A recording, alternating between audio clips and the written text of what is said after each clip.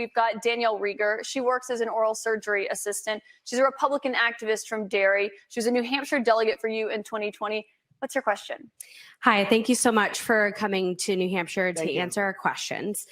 My question is regarding the economy. Over the past 2 years, we have seen the prices for everything skyrocket.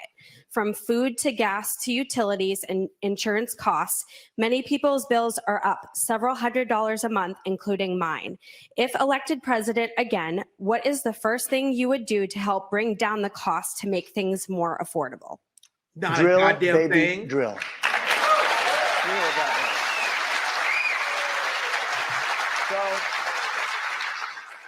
So we were energy independent. We were soon going to be energy dominant.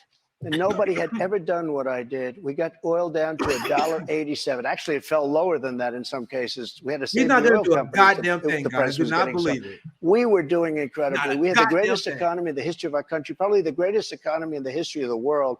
We were energy independent, soon to be energy dominant. We were going to be bigger than Russia and Saudi Arabia put together ×2. We have more liquid gold under our feet than any other nation, And these stupid fools ended it. And energy went from $1.87 and even— How is it going to stop corporations, especially big oil, from price gouging us? Capitalists always try to ignore the fact that capitalism exists via price gouging. Trump is not going to do shit. I got to make that clear. Lower for gasoline, for a car. They went from $1.87 to $5, $6, $7, $8, and even $9. And your electricity bills went through the roof. Your heating bills went through the roof. And that's what started inflation. And it hasn't stopped because people are paying now for bacon and for eggs and for the 2 and 3 times what it was just a little while ago.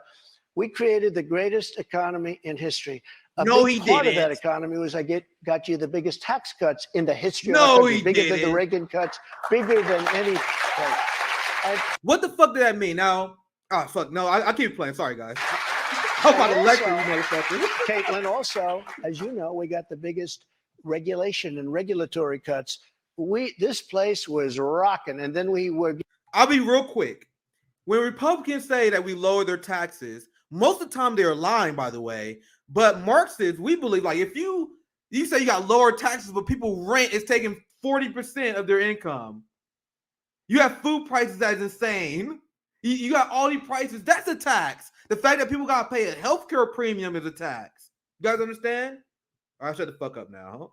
Given a gift from China, and China paid a big price. And let me tell you something. I took in hundreds of billions of dollars in taxes from China. But prior to COVID coming in, and then I rebuilt the economy again, a second time. But we had, prior to COVID coming in as from China, from Wuhan, which I said it came from Wuhan. Everybody said, oh, you're wrong about that. You're wrong. It came from Wuhan. I said it right from day one. So we had the greatest economy in the world. Here's the story. They made energy so high, and energy is all invasive. It is massive as an industry and as a cost. It lifted everything. If you made donuts, no matter what you did, and we had inflation, the likes of which I guess we haven't had, they said, for 52 years, but I think more than that. We had no inflation. We had the lowest energy prices we've had in decades. This country was rocking and rolling. And by the way, we had the most secure border in the history of our country. Mr. President, we have more questions on the economy. I want to make sure we get to all of those. As you know, the U.S. right now could be just 3 weeks away from defaulting on its debt. That could mean millions of jobs lost, people not getting their Social Security payments. People believe it would put the U.S. economy into a recession. On that topic, I want to bring in Marta Cervella, a student here at St. Anselm. She is an undeclared voter who did not vote in 2020. Marta, what's your question? Hi, Mr. President. Hi, so my question is, what do you think about the United States' current debt situation? Never and how mind. can we move forward? You're not based. Such an important question. So we're at $33 trillion, a number that nobody ever thought possible. When we had our economy rocking and rolling just prior to COVID coming in, like literally, we were making a fortune. And oil, we were going to make so much money from oil, we were going to start paying off debt. But then with COVID coming in, we had to do other things. We had to keep this country alive because it was so serious.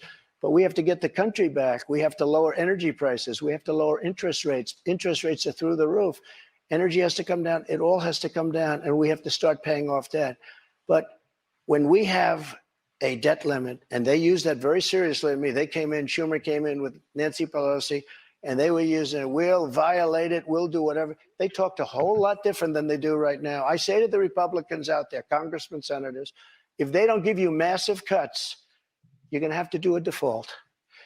And I don't believe they're going to do a default because I think the Democrats will absolutely cave because you don't want to have that happen. But it's better than what we're doing right now because we're spending money like drunken sailors. So just to be clear, Mr. President, you think the U.S. should default if the White House does not agree to the spending cuts Republicans are demanding? Well, you might as well do it now because you'll do it later. Because we have to save this country. Our country is dying.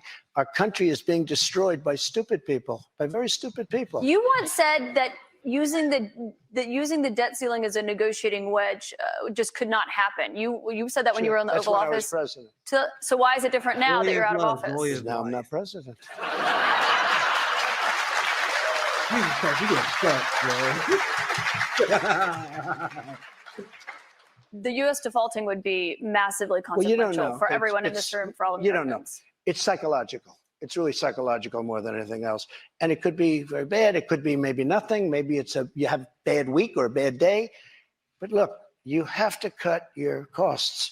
We're spending $7 trillion on, much of it on nonsense. $7 trillion on nonsense. We've got another question from a voter tonight. Get all of that money that was wasted, and frankly, the Senate should have never approved it.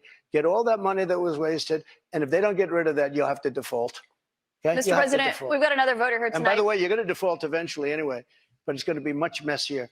I don't think you'll have to default. I think if the Republicans hold strong and they say we want let's say we want $5 trillion off. I really think the Democrats have no choice but to do it. And if I win, they're going to be doing the same thing to me in 2 years. I guarantee you that.